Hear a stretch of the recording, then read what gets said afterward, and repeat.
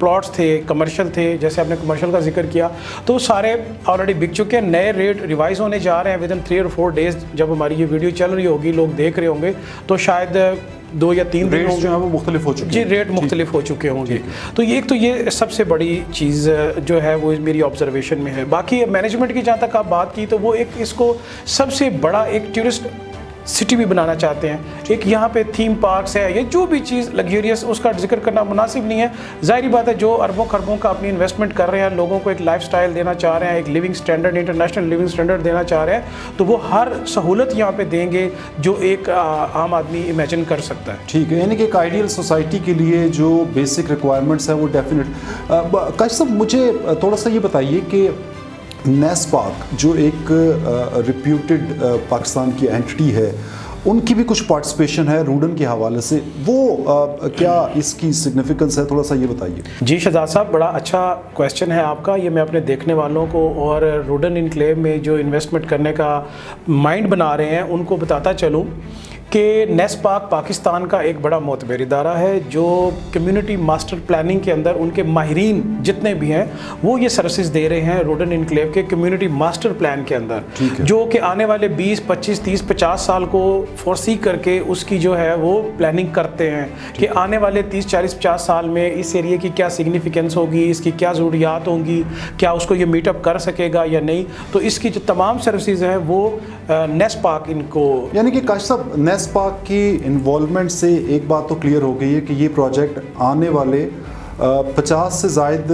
سالوں کے لیے جو ہے وہ ڈیزائن ہو رہا ہے, اور پالپا اور ریلوے کے بلاکس جو ہیں وہ آلریڈی ایلوکیٹ ہو چکے ہیں, ان کا ایک سیپریٹ کوٹا جو ہے وہ اس کے اندر رکھا گیا ہے. دیٹ مینس کہ اس میں فراڈ یا وہ جو فیک سوسائٹیز ہوتی ہیں اس کا تاثر جو ہے وہ کسی حد تک ختم ہو چکا ہے.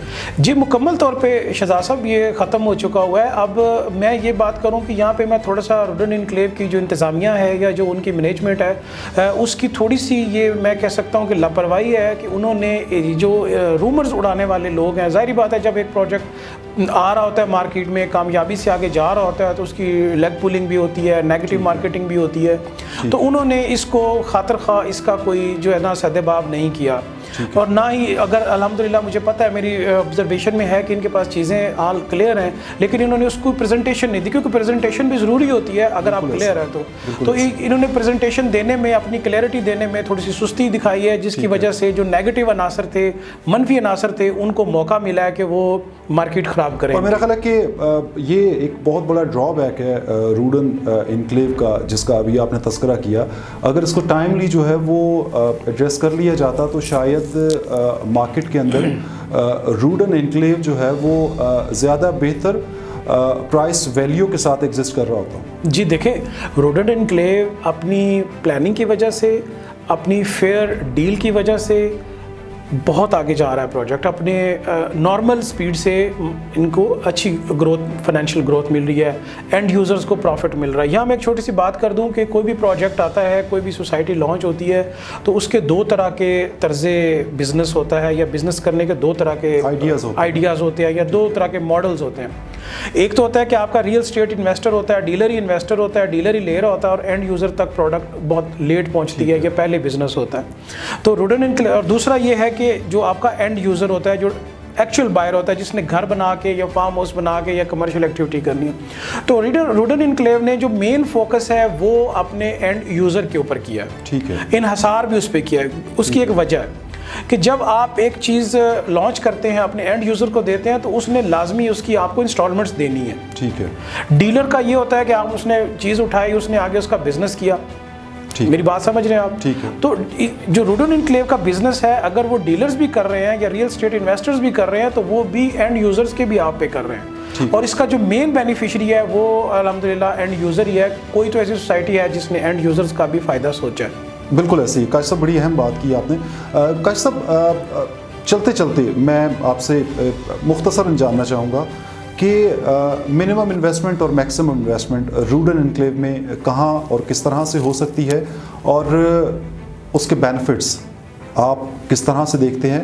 وہ ٹائم پیریڈ آپ کیا ڈیفائن کرتے ہیں جس کے اندر پرچیزرز کو اس کا بینیفٹ جو ہے وہ ملنا شروع ہو جائے گا.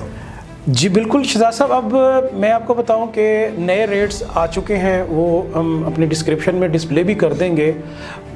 تقریباً 14.5 لاکھ روپے کا 5 مرلے کا پلاٹ ہے، ٹھیک ہے، اور اس کی انتہائی مناسب اس کی ڈاؤن پیمنٹ ہے، اور پھر 4 سال کا اس کا انسٹالمنٹ پلان ہے. یہی فارمولہ ہے کہ اسی طرح آپ 7 مرلہ پہ جائیں، 10 مرلہ پہ جائیں، کمرشل پہ جائیں، یا آپ فارم ہاؤس پہ جائیں، تو اسی طرح سے ہے. لیکن ایک چیز جو ہے میں اپنے ناظرین کو پہلے بتا دوں کہ 2020 میں جب جن لوگوں نے پریویس ریٹ پہ لیے تھے وہ آج اپنی چند انسٹالمنٹ کے بعد پروفٹ میں ہیں.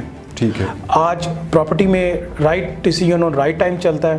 آج آپ کے پاس ٹائم ہے، آج آپ ان کی بکنگ میں انویسٹ کریں، اور میں گارنٹی دیتا ہوں، شورٹی دیتا ہوں کہ with the grace of God, Allah تعالیٰ نے اگر ہمیں زندگی دی، صحت دی، اور ہم قائم و دائم اللہ ہمیں رکھے، تو میرا یہ اپنے دیکھنے والوں کو یہ شور شارٹ گارنٹی ہے کہ وہ یقیناً منافع میں جائیں گے.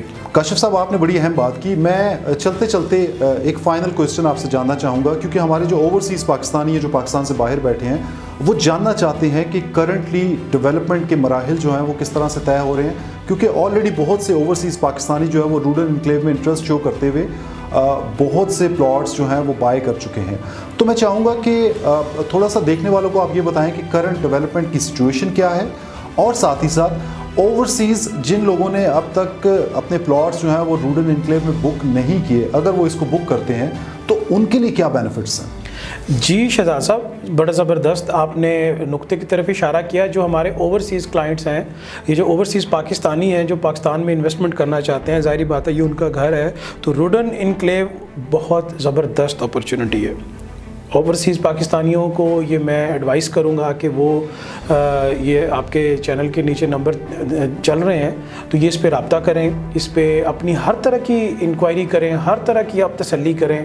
اور جہاں تک ڈیولپمنٹ کے کرنٹ کا ہے، ہم نے 2 یا 3 دن پہلے شاید آپ کا وزٹ کیا آپ کے ساتھ ہی، تو آپ نے دیکھا کہ کتنی تیزی سے وہاں پہ ڈیولپمنٹ کا کام جاری ہے. اور اگر اسی طرح ڈیولپمنٹ کا کام جاری رہا تو میرا خیال ہے کہ رورل انکلیو کی انتظامیہ اس پوزیشن میں ہوگی کہ 4 سال کی اقساط سے پہلے ہی شاید وہ اینڈ یوزر کو چیزیں ڈیلیور کرنے کے پوزیشن میں آ جائیں. یعنی کہ پوزیشن جو ہے وہ 4 سال سے پہلے ہوتی ہوئی نظر آ رہی ہے. کاشف بخاری صاحب کی گفتگو سے ہمیں یہ اندازہ ہو رہا ہے. اور ناظرین، جس وقت پوزیشن جو ہے وہ ہو گئی اور یہاں پر گھر بننا شروع ہو گئے، جو کہ 3 یا 4 سال کا قلیل مدت کا ایک عرصہ ہے، اس کے بعد آپ کا 1 ملین کا جو پلاٹ ہے وہ اراؤنڈ 4, 5, 6 ملین، اور دیکھتے ہی دیکھتے پھر وہ چیز جو ہے وہ ایک عام آدمی کی رینج سے باہر ہو جائے گی. تو اگر آج آپ اس کو انیشیٹ کرتے ہیں تو یقیناً یہ ایک بہتر انویسٹمنٹ اپرچونٹی ہوتی ہے.